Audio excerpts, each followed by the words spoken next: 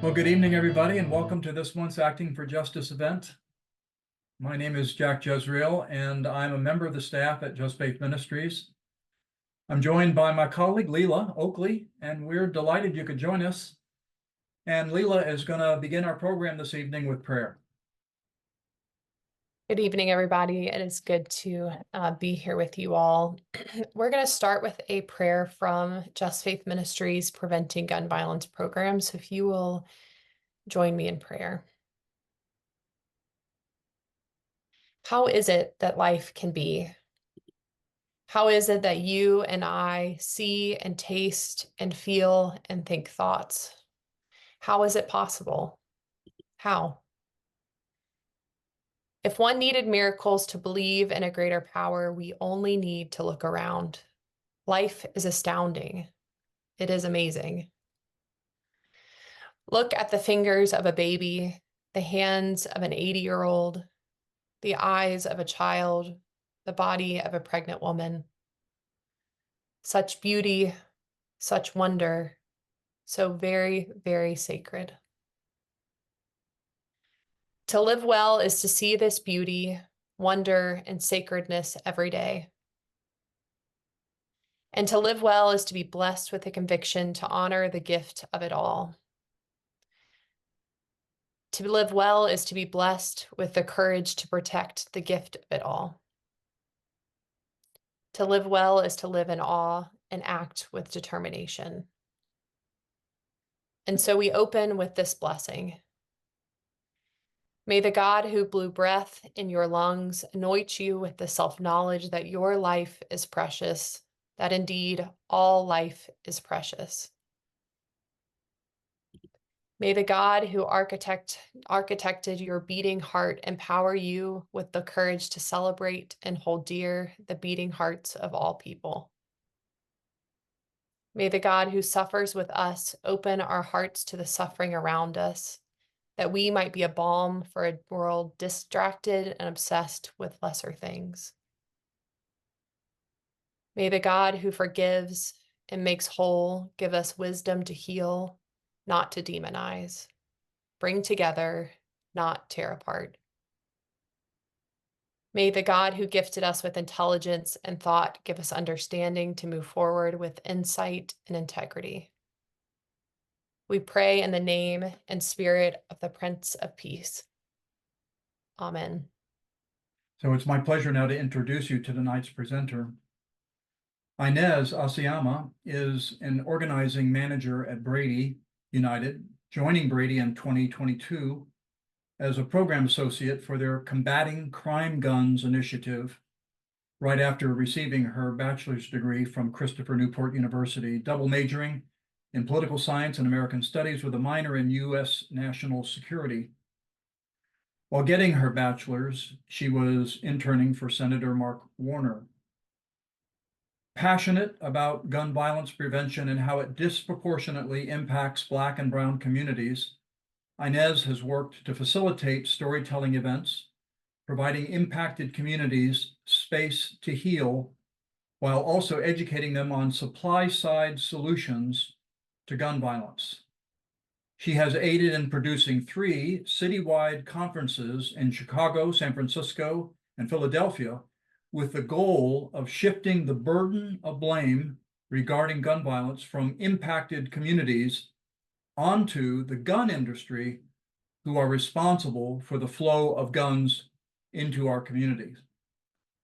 She will be joined during the Q&A session by her colleague, Robert Schentrup, our presenter last month, who is the brother of Carmen Schentrup, one of the 17 victims of the Parkland school shooting, and he's also on the staff at Brady United.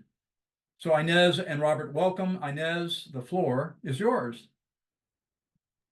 Hi, I just want to first thank you so much to everybody in here for attending this event and as well as just giving me this space to share with you guys today and present to you guys today. I really, really appreciate you guys giving me this opportunity. And with that, I think I will jump right into my presentation. I think everything was covered. I'm Inez Asiama. I have been at Brady United against gun violence prevention, against gun violence for about 2 years now, going into my 3rd year. This is work that I am very passionate about, And I think that there's a big need for it. And I really appreciate y'all, the faith space coming in, because I think that is really important work and intentional work of y'all getting this information and doing your part to help us end gun violence.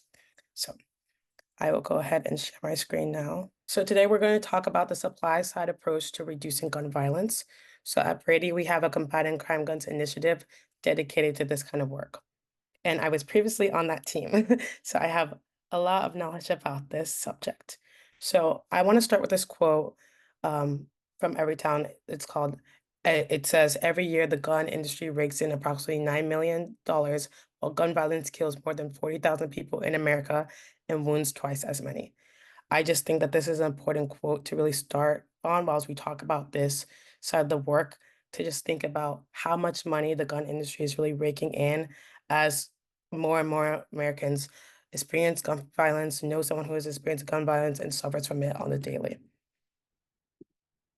So how does the gun industry impact gun violence? So the three main ways that we're going to talk about today is handgun saturation, industry immunity, and negligent sales. So with handgun saturation, the US has seen a big increase in handguns. In 2020 alone, the US manufacturers increased 11.1 million firearms from previously only having 5.4 million in 10 years before that in 2010. And that is because of the marketing that has been done by the gun industry to just basically induce people to buy the firearms for self-protection. But what it's in fact doing is creating even more flow of handguns into our communities and into the hands of people that may not be best suited to have a firearm. And then when we're talking about industry immunity, so there is something called the Federal TR Amendment, which essentially protects the identity of any firearm store that guns can be traced back to them connected to a crime, and we're not able to know the names of those store owners in order to hold them accountable. So they have this kind of just immunity surrounding them. And then we have negligent sales. So what that is, in the first place, them either making a sale without background check, or allowing a straw purchase. So that's someone else purchasing a gun for the person who, someone else purchasing a gun for someone else, basically. And because of those negligent sales, it can lead to crime guns. And we're going to talk about what a crime gun is. So another example of negligent sale is facilitating gun trafficking. So allowing someone to purchase more guns than they need to, and having off the record sales. And a negligent sale is most likely to lead to these firearms becoming crime guns. And we're going to talk about it more in depth, but a crime gun is essentially a gun recovered by law enforcement that may have been used in a crime, or the possession of the gun itself may have been a crime. So if a felon obtained a gun illegally. So we're going to watch this little video to just further, talk about. Did you know that 90% of crime guns are sold by 5% of gun dealers? A tough problem with a simple solution, right? Go to those dealers and get them to follow the laws or put them out of business. Unfortunately, we're missing a piece of the puzzle. We don't know who they are. What is a crime gun? Sorry, just want to make sure, because it says my screen is paused. Can everyone see the video? We can hear it, but we can't see it. So I don't know. It looks like maybe you're just sharing the slides and the video opened on a different screen, possibly. Okay. Let me. A crime gun is a gun recovered by law enforcement. Sorry about that. I am not sure why it is doing this. Let me reshare my screen.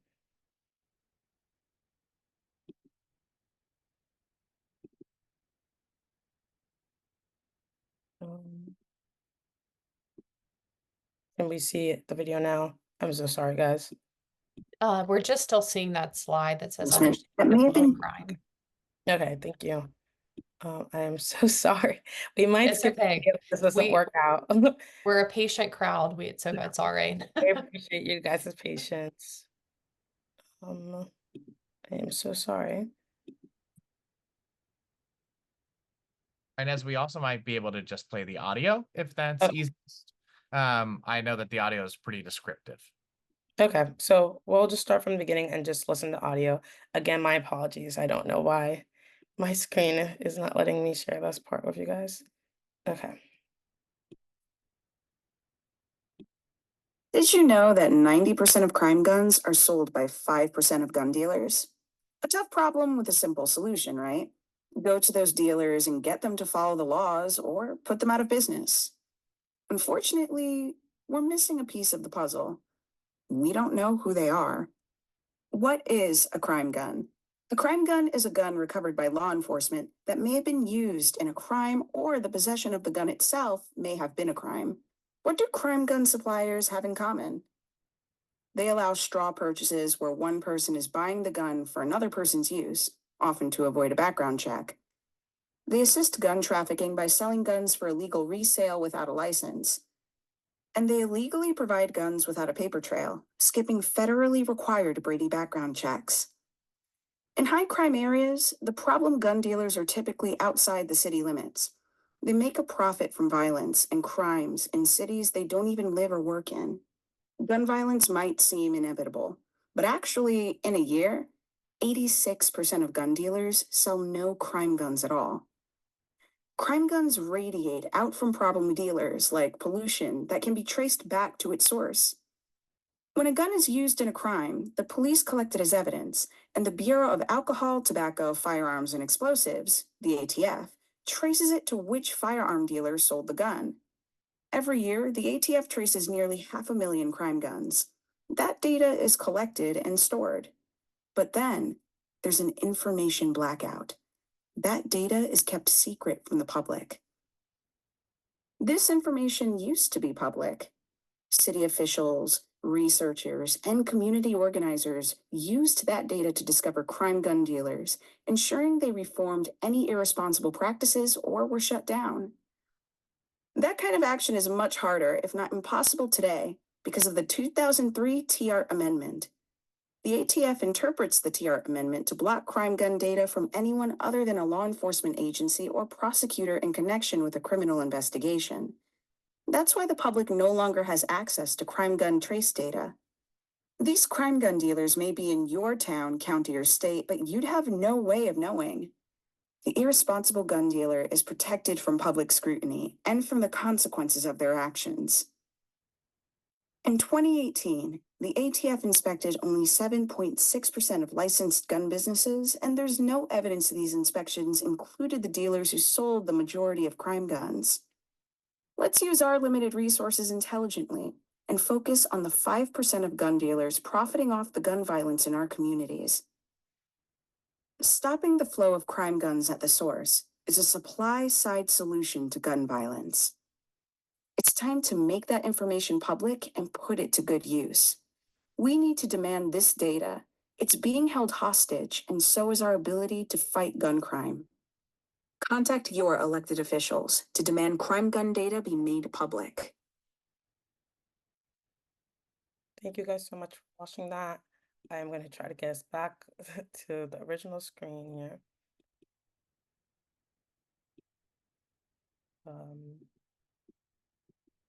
I am so sorry. I don't know why it is. Okay. Can we see the original screen? We see the slide that says understanding the flow of crime guns with a white blank slide. Okay.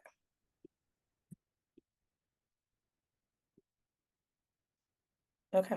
Are we back? Oh, I'm so sorry.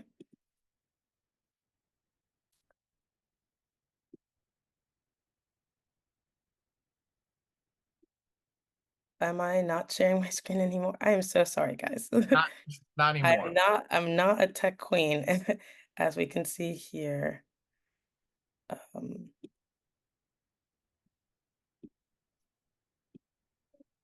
But as we just watched that video, I know that we only got the audio. I will, after this, try to share the link to that video in case some people are more of a visual people like I am myself.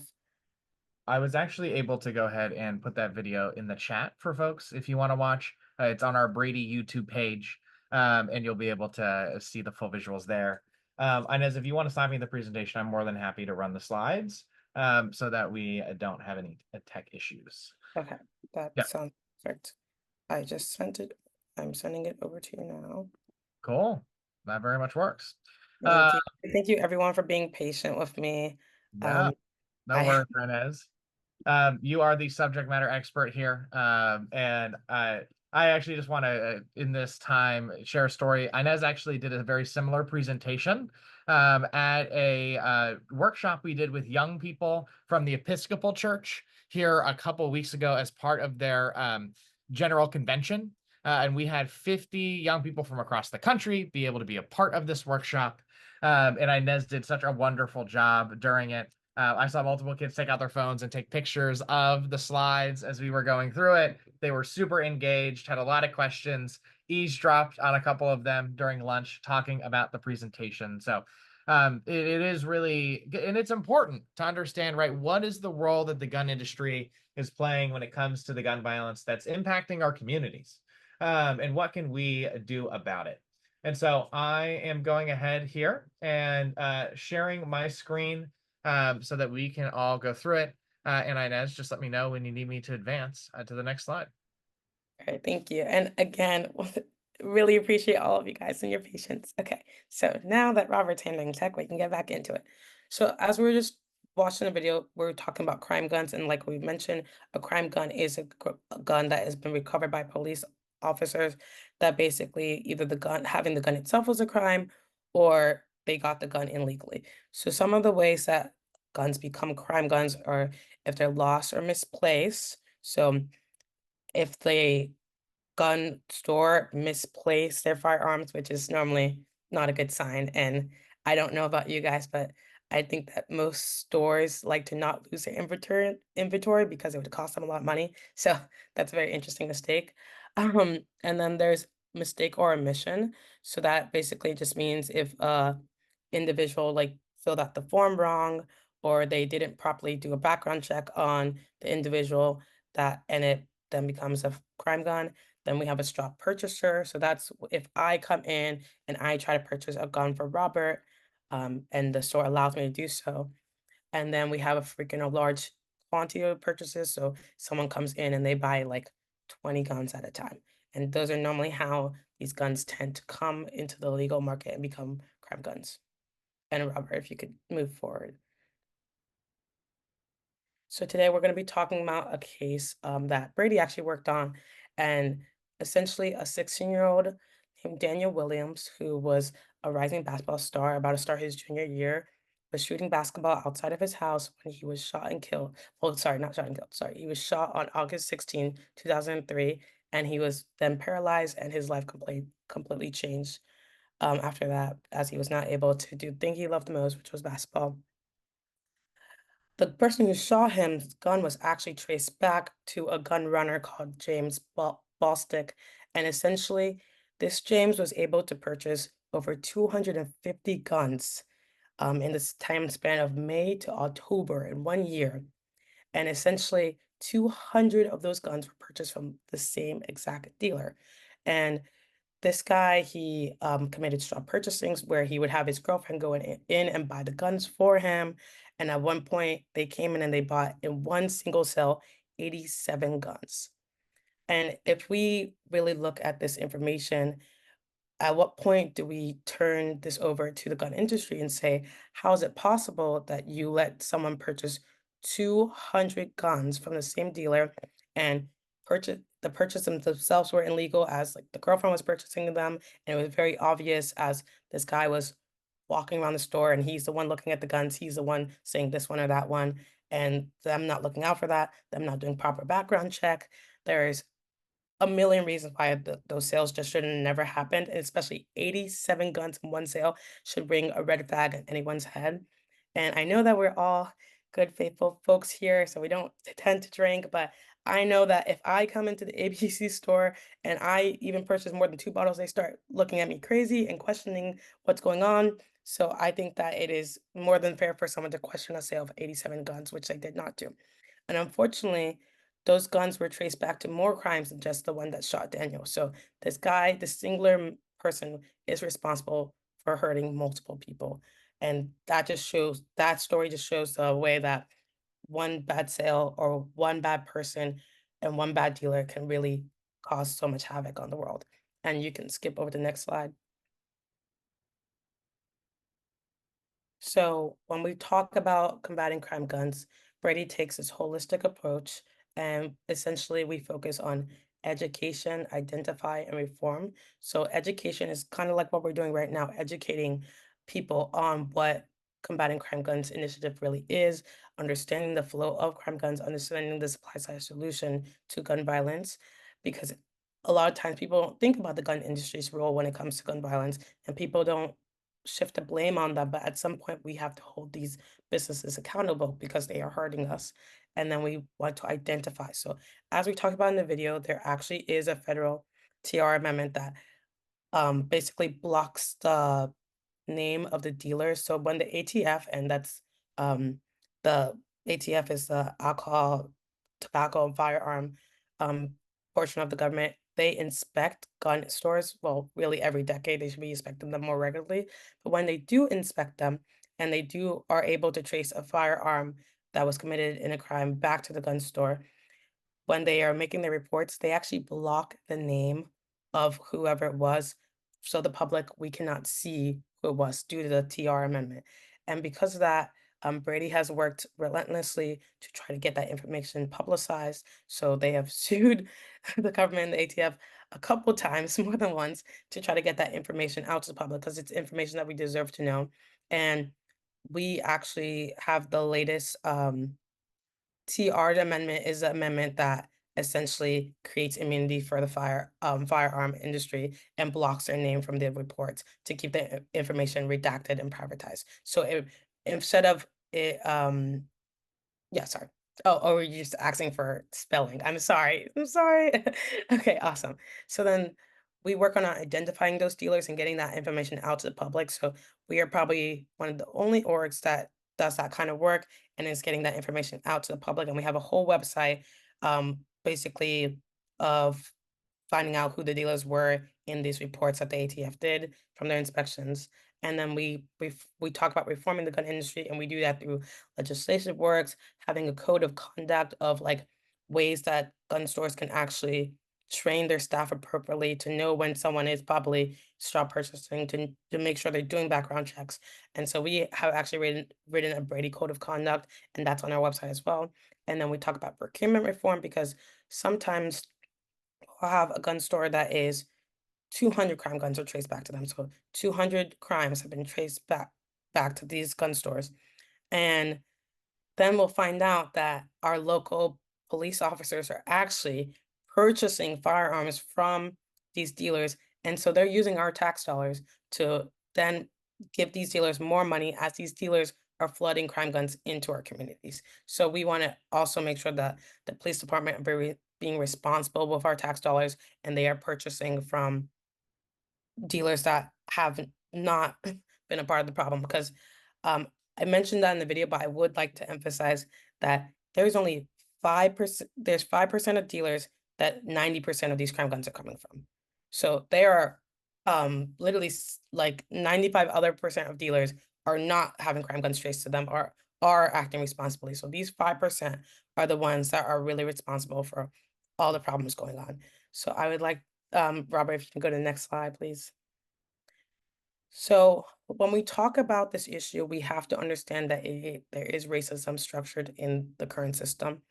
And the Black woman who straw purchases one gun is sent to prison for years, while the white man who illegally sells hundreds of guns to straw purchasers while turning a blind eye gets a warning once a decade. So a lot of times after the ATF has inspected these gun owners, they simply just give them like a slap on the wrist essentially and give them a warning letter or a warning conference, but nothing really happens to them and there's no reform really done. And did you know that the vast majority of dealers are white and they live in the suburbs, while the vast majority of crime guns are recovered in cities that are heavily populated with Black and brown community members? And it is almost targeted, as these dealers are far away from the violence that they incite. And most dealers are only inspected once a decade, and through half of those inspections, they find violations, and historically only 1% of dealers get their license revoked after finding a violation. Could you please move to the next slide, Robert? Absolutely. One thing I did want to mention here, Inez, and this is something that you actually told me that I found really surprising, is that a lot of times the ATF has a discipline matrix. So when the Bureau of Alcohol, Tobacco, and Firearms is going in and they're actually kind of reviewing these gun dealers and inspecting them and saying, hey, are you in compliance or not with the law? There's a lot of times where they will find out that they did something that in the discipline matrix means that they should have their license revoked. But often what happens is that ATF agents will plead down that charge and say, oh, well, we should revoke their license, but we'll just give them a warning. We'll just say, hey, don't do that again. But we know that these violations are so extreme. There's a reason that they were written into the matrix that way. And so a lot of times these dealers are doing things so egregiously wrong that they should have their license revoked, but the ATF is not exercising that authority in the way that they should. And so that it kind of goes into why so few licenses are revoked, why so many of these dealers continue to operate. And I just wanted to mention that because I think it's important when we're understanding kind of why a dealer might lose their license or how often that occurs. To answer someone's question in the chat, you asked how 5% is how many. So to give perspective, there's almost as many gun dealers as there are McDonald's. And according to a 2023 report, there's 78,000 licensed gun dealers in America, and that was last year in 2023. So 5% of 78,000. So that is definitely a big number to consider, and to know that only 5% of them are really the ones that are causing the problems. So essentially, CCGI is a racial justice initiative. Again, if you don't remember the acronym, it's our Combating Crime Guns Initiative. So Black and Latinx communities are disproportionately impacted by gun violence coming from outside their community, crime guns coming from outside their communities, and half of Americans' homicides in 2015 were clustered in just 127 cities and towns, including Oakland, DC, Chicago, LA, Milwaukee's, cities in which there are no or very few licensed firearm dealers. So to just break that little sentence down to you, so a lot of times, like I mentioned, the dealers live in the suburbs, and as we talked about earlier, some of their firearms can go missing or reported stolen and things of the sort. And a lot of times they are actively targeting these communities, tend to target heavily Black and Latinx populated communities, and they are literally making deals with sometimes gang members and kind of just in like perpetuating the cycle of violence knowingly. So a lot of times they're just purposely targeting these cities whilst they're living outside in the suburbs, safe from the violence that they are literally perpetuating. So I just want to make that known. And that is why this is definitely a racial justice issue. So Black Americans represent 13% of the US population, yet comprise 58% of all homicide victims, according to a 2018 Census Bureau estimate. So Black people are being disproportionately targeted by gun violence. And Robert, if you can move on to the next slide. So our underlying thesis is that we can reduce gun violence in impacted communities, primarily Black and Latinx, by disrupting the supply of crime guns, primarily through reforming or shutting down irresponsible actors at different intervention points along the crime gun supply chain. So moving on to the next slide. Give me a second. My screen has also disappeared, Inez. I see what you're talking about here. Yeah, he has it out for us today. There we go. All right, I got it. And we should be good to go. Okay. So the government has tended to equate enforcing federal gun laws with enforcing only laws governing gun use or possession. So I actually used to track what the ATF focused on weekly. So they have weekly press releases, and anyone can go look it up on their website. And I would track what they're focused on. So a lot of times they would actually only focus on felons having possession of firearms, which obviously that's bad, and we want them to focus on that.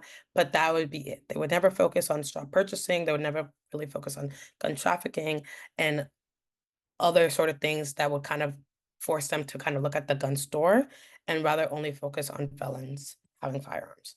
And a great deal of illegal firearm activity implicates the gun industry. So if they were to look at shop purchasing, they would see that Sue went into the same store 10 times and bought a firearm for Brad, and it was very obvious, and the gun store just did nothing about it.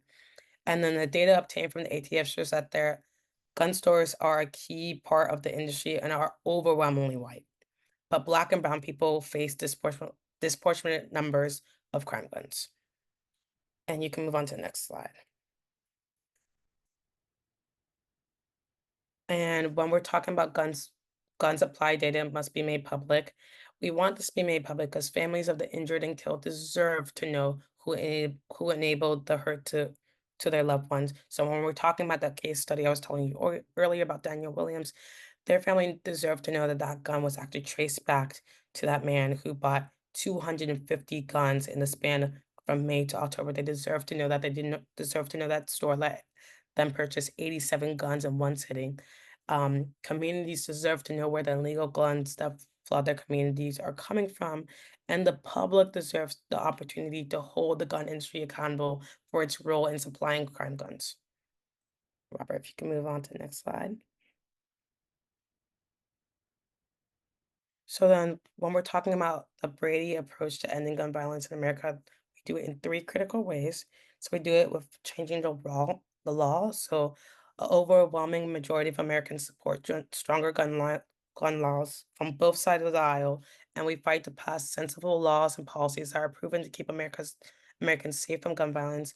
And we're committed to upholding common sense gun laws, making it hard for irresponsible people to get a firearm and keeping firearms away from those who are less likely to use a firearm responsibly without infringing on Second Amendment rights. And then we focus on changing the actual industry. So the gun industry, and Americans held big tobacco accountable. So it's past time we did the same thing for the gun industry, which contributes and profits off Americans' gun violence crisis. And our Combating Crime Guns program works to shut down or reform negligent gun dealers who flood our streets with illegal and traffic firearms, and our renowned legal team takes the gun industry to court, winning landmark cases that protect us from the gun violence. So like I mentioned earlier, that case with Daniel Williams, Brady has taken on that case to try to get that gun store to be held accountable. So we do it in multiple ways, through legality, through public education, like educating you guys, so then you guys maybe talk to your local officials to hold stores accountable. And then we have changing the culture. So as the gun violence crisis worsens in our country, we know that changing the law and policy isn't the only solution. We must change our social norms and culture too, just as Americans shift in norms and behaviors to curb youth smoking and wear seatbelts. We shift our norms and behaviors about how we use, own, and perceive firearms. Because maybe we shouldn't really have our 12-year-olds watching how to make a ghost gun on the YouTube. So things like that is important and why we want to change the culture. And Robert, you can go to the next slide. So reducing trafficking and criminal misuse through gun industry reform is kind of like a circle. So we do government oversight and enforcement. So that's when we kind of want to put more pressure on the ATF to actually do these inspections more regularly, because they really are not inspecting these gun stores regularly at all. And if they were to do it more, we might be able to find out even more often that certain stores are getting away with things that they're not supposed to be getting away with. And then consumer pressure. So when we talk about consumer pressure, one of the biggest things we're going to talk about is procurement and where law enforcement procures their firearms for, because law enforcement has to buy guns. And because of that, we want to make sure they are buying from the 95% of dealers that actually are acting responsible and not the 5% that are not. And when we talk about corporate action, we want to make sure that financial institution and retailers are actually acting responsible as well. And I can't speak too much on it because it's not my area of expertise, but I know that we are working on basically a merchant code. So essentially, if you're Wells Fargo, you have Wells Fargo, and they see that you purchased like a firearm and see that you went to Disney World, and they see that like kind of unusual activities, they can actually then alert the police department so that they can maybe stop the crime before it happens. So that's another way. Or if Wells Fargo sees that you came into the same store 5 times purchase with a like $200 purchase, $500 purchase, they realize that you're purchasing so many firearms, they can, alert the authorities. Because sometimes I get alert when I go to Taco Bell too much, so I don't think that would be a big deal at all. And then public education slash media. So we want to make sure that talked about the TR amendment that makes it hard for us to get the information on who these gun store owners are. But Brady is working to get that information public. And once we do make that information public, we want to make sure that everyone has access to it. We want to make sure that it is not just something that kind of sits in its website and nobody really sees, but we want to make sure the public actually gets to see the information we're talking about. And yes, we actually have even created a map of the United States to kind of show you where we know that some of these crime guns are being tracked to, and we use the ATF report that we were able to get unredacted, and you can see, you can type in your zip code and you can actually see exactly where the gun stores are in your area that have had violations. And we will look at that later in this presentation. And can you go to the next slide, please, Robert? So, and then the next, okay. So what can we do? Step one is identify. So gun violence in America is officially a public health epidemic, and solving any public health epidemic requires identifying the source of the crisis. So identifying these gun dealers, and even just public scrutiny can result in identifying, helping a dealer reform themselves. So we actually had a case in Milwaukee where there was a store called Badger Guns in Milwaukee, and they were actually identified as the nation's top crime gun dealer in the late 90s. So basically, most of the guns that were recovered from crime are being traced back to this one store. And because they face so much public scrutiny, they literally stopped selling their Saturday night special, which is essentially just cheap handguns. And that actually helped them reform so much. And in the next report, they actually did not have any crime guns traced back to them. So public scrutiny does work, and it can work, and it's just a matter of actually getting those stores' names and actually getting the public to even know who they should be scrutinizing. But as we talked about, the TR amendment does make it hard. So we can advocate for trace reports from your state or local districts, and we can advocate for news outlets to actually identify those gun stores. Because, if I had a business and I heard my store's name in the news, normally it's not for a good thing, and I would, start to shape up. So we want that public scrutiny, and then you use our resources that we are going to show you right now to show your local officials, to show your friends, to show people, to actually get the public to know who these dealers are. And Robert, if you don't mind. Yeah, absolutely. And this is going to be the final thing that we do before we go into our Q&A with everyone. And so I am going to go ahead and I should have the gun store transparency map here on my screen. Inez, can you see it? Yes. Awesome. So we are gonna do something, I guess not exciting, but interesting. If you have a zip code, please, or everyone has a zip code, but if you have a zip code you'd like us to search up, please share it with us so we can search in the shop. So we have 28211. And Robert, do you know how to go to advanced settings and make sure it's 50 miles to make sure it actually shows up?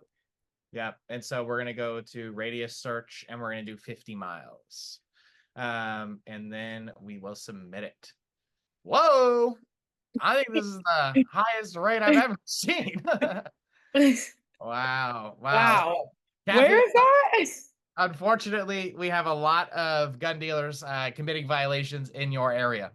And so what you'll see here is we have a kind of a different code for each of them. And kind of starting from the circle, we have a warning letter, which is kind of like a literal slap on the wrist of like, oh, you violated, bad, don't do it again. A warning conference is like you got to sit down. It's like back being in school. You got to talk to the principal. You did something wrong. But then we see here a license revoked. And so we actually have 2 dealers in your area that had their license revoked. And we can see kind of the number of violations that they had, and then we can learn what they were. And so we can see here, we can read the actual inspection reports. We have data, we have copies of them that you can read. But we can see here that the reason that they were closed down and their license was revoked was because they failed to report multiple sales of handguns, and they had this happen multiple times.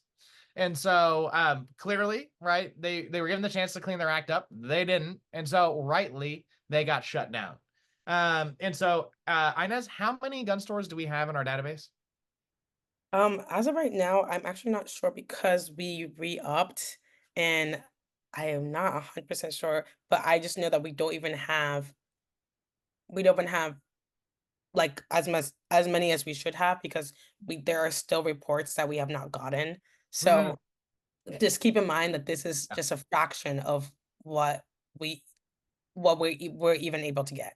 Because I also want to like keep in mind that this is the only real resource where you can even find out this information because, like I said, because of federal TR amendment, this information is redacted.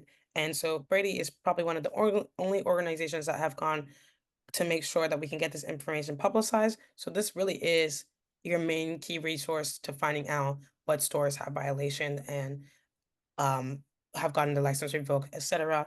And I also would like to point out that sometimes you will see that a store got their license revoked and they will actually just pop them all back up to and then just change their name. So there was actually a case where there was a husband and wife that owned a gun store. Their store got shut down. The husband just opened up another store. So that is why that this information is important to be public and for us to see the names of the people Yeah. because we don't want that situation to be happening. And we need to put pressure on the ATF to enforce rules that do not allow that to be a thing. But I just would like to point that out. Yeah, absolutely. Well, one thing that I wanted to go ahead and show here is just another zip code here. And we see within 50 miles of the zip code, there are a lot of gun stores. And we can see right here in Maryland, outside DC, there are a number of gun stores that have had a warning conferences. Doesn't look like any license revoked. But we're seeing that these folks do have violations and do have issues. So Inez dropped the link in the chat. If you want to go ahead and play with this map, we really encourage you to do it. One thing I want to call out here finally before we hop into Q&A is we'll see in DC there are no gun stores with violations. The reason why that is the case is because there are no gun stores in DC. And yet we see in Ward 7 and 8 gun violence really at such a high rate.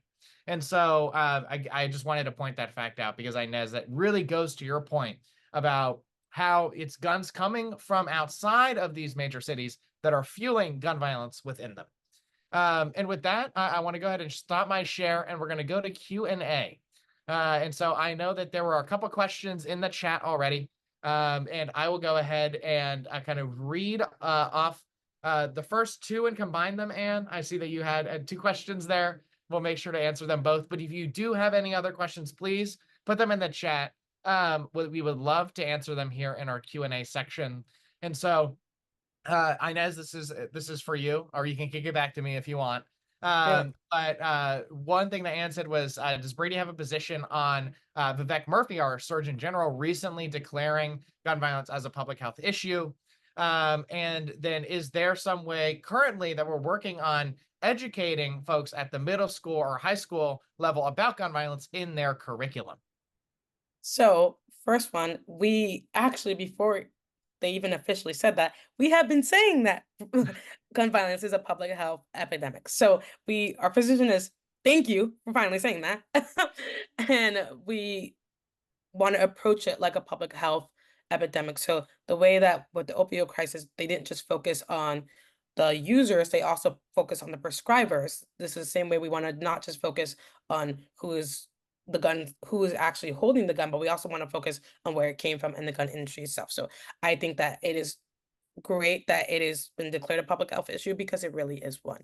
And then the second question, I love that question because that is a passion of mine to get it to integrate it into schools because I think it is essential that they know this stuff. I think it's essential that everybody knows about basically the supply side to gun violence because I think it's something that doesn't get talked about enough, that people just don't have education on it enough. So something I'd like to point out is that I sent you guys a link to this tool. I sent you guys a link to our website. I would love for you guys to share it with at least 5 or 4 of your friends or family members to just educate them on this, because this is a tool that everyone should have. Post to your social media if you can.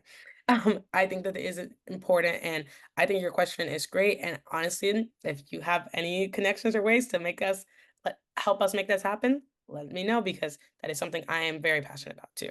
So next question. And we have an update. Well, actually, there's an update from here. I live out in Seattle, Washington, and one of our school districts at a suburb nearby in Edmonds is actually a school district working on making sure that in their public health curriculum for high schoolers, right, where they talk about how to be safe, right, and what safe behaviors look like, they're including information for the first time around gun violence and how students can be safe around guns. So it is something that we're starting to see pop up. But and to your question, it absolutely deserves more attention. I know here we have another chat. How do we answer the question of guns don't kill people, people kill people? Right? What is our response to that question, Inez? Our response to that question is pointing out the fact that sure, people kill people, but as a business, how are you able to sell 87 guns to one singular person and not flag that or not refuse to sell? Because like I mentioned earlier, I know that this crowd, we probably don't drink, but if I went into the store without my ID, or if I was like acting weird, or I had someone next to me, the ABC store will send me right out. They will not let me purchase that. So how are you as a business not acting responsibly and doing your job is how we can phrase that, and how our lawyers have phrased that in the past. And actually, I will drop the link here to the court case I talked about, so you can kind of see some of the arguments our legal team does use. And you can actually just go on our whole legal page to other cases that we have won, and you can see the actual arguments they use, because unfortunately I'm not a lawyer.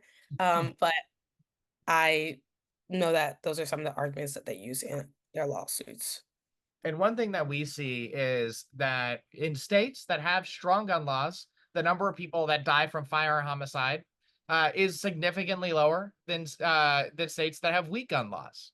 And so one of the arguments that we make is we see state by state how differences in gun laws impact safety, right? And if guns had nothing to do with the problem, then those numbers would be the same.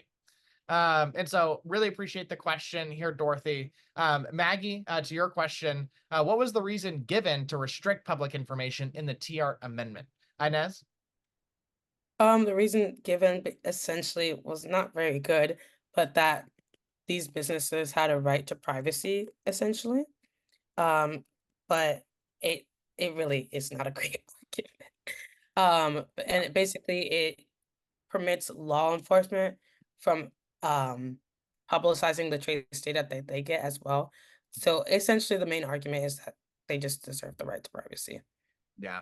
And the reason this actually happened was, and the reason the TR amendment was put in place was because we at Brady, back in the early 1990s, were publicizing information about these bad apple gun dealers, is what we called them, and helping people understand who they were and what was happening. And the gun dealers themselves, who were, turning a blind eye for profit, who were the ones looking the other way to try and make more money, were really upset about that.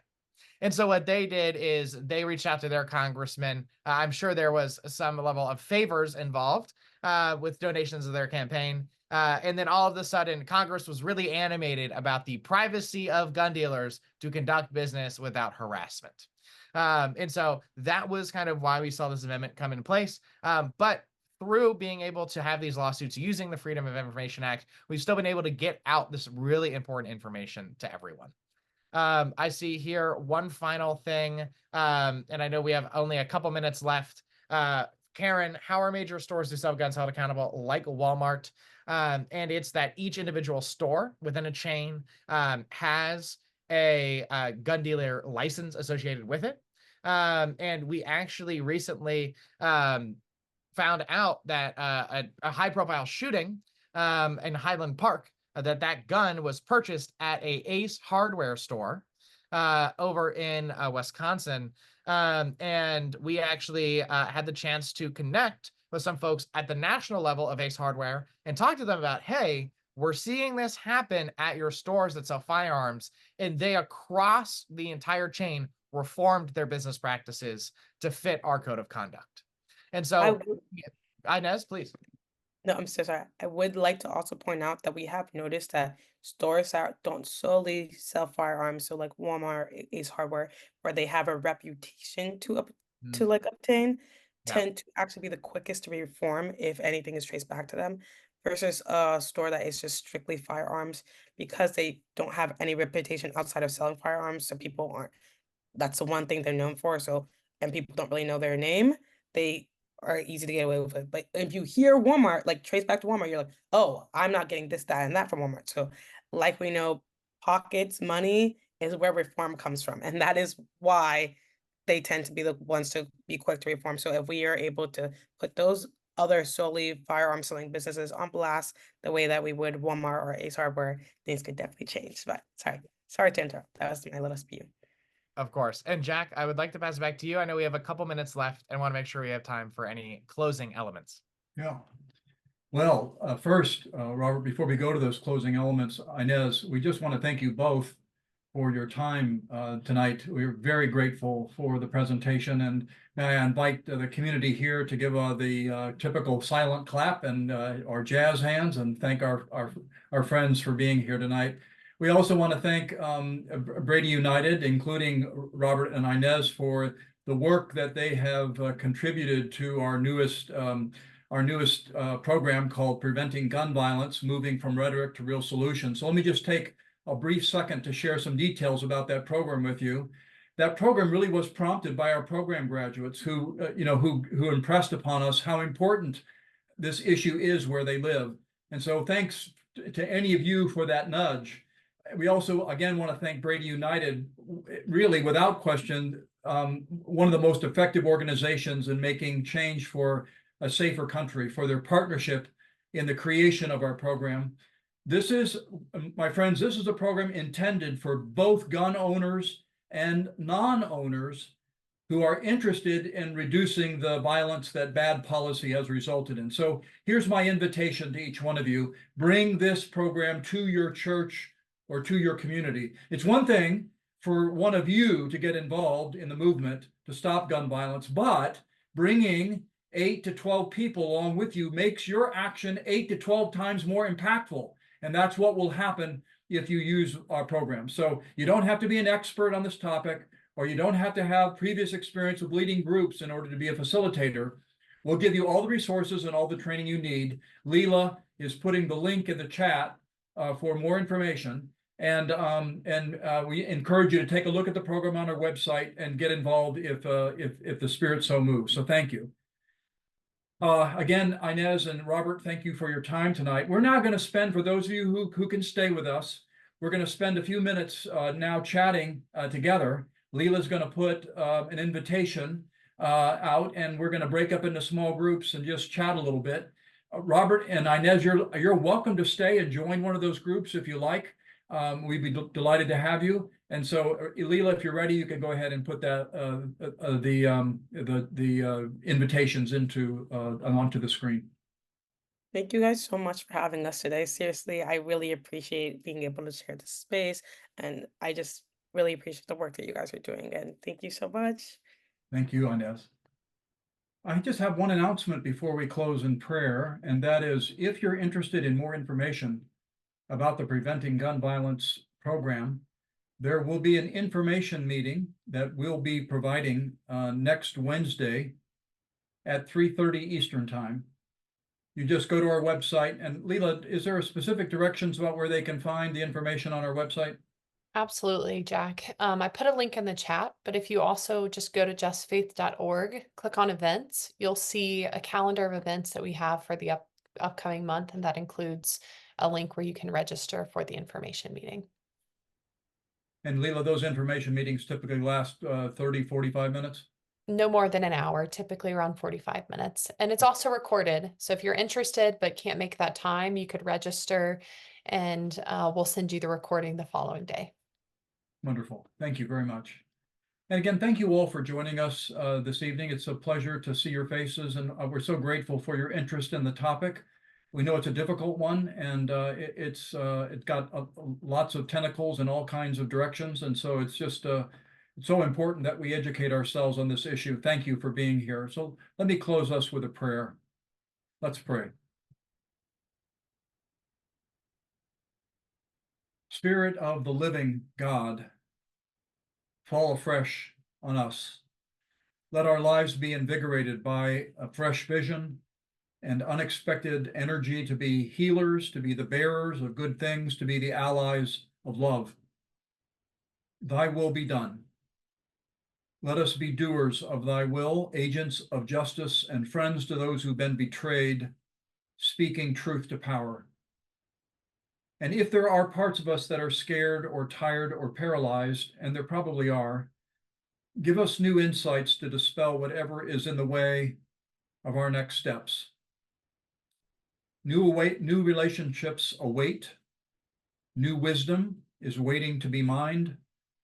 New discoveries are for the having. All that is required is a small yes to take a step, a gentle amen to God's beckon. The revolution will not be televised. You'll have to see it for yourself. You'll have to make it happen in your body. You are the body of Christ. Gracious God, do not look upon what we have left undone. Your mercy forgives and invites. If we have ever ignored your invitations for fear or confusion, we only ask that your Holy Spirit empower us to be open to what is ours to do. Love's promise awaits. Love's promise abounds. Love's promise is ours. Amen. Alleluia. Again, thank you all for being with us tonight. We look forward to seeing you next month, and God bless. Take care.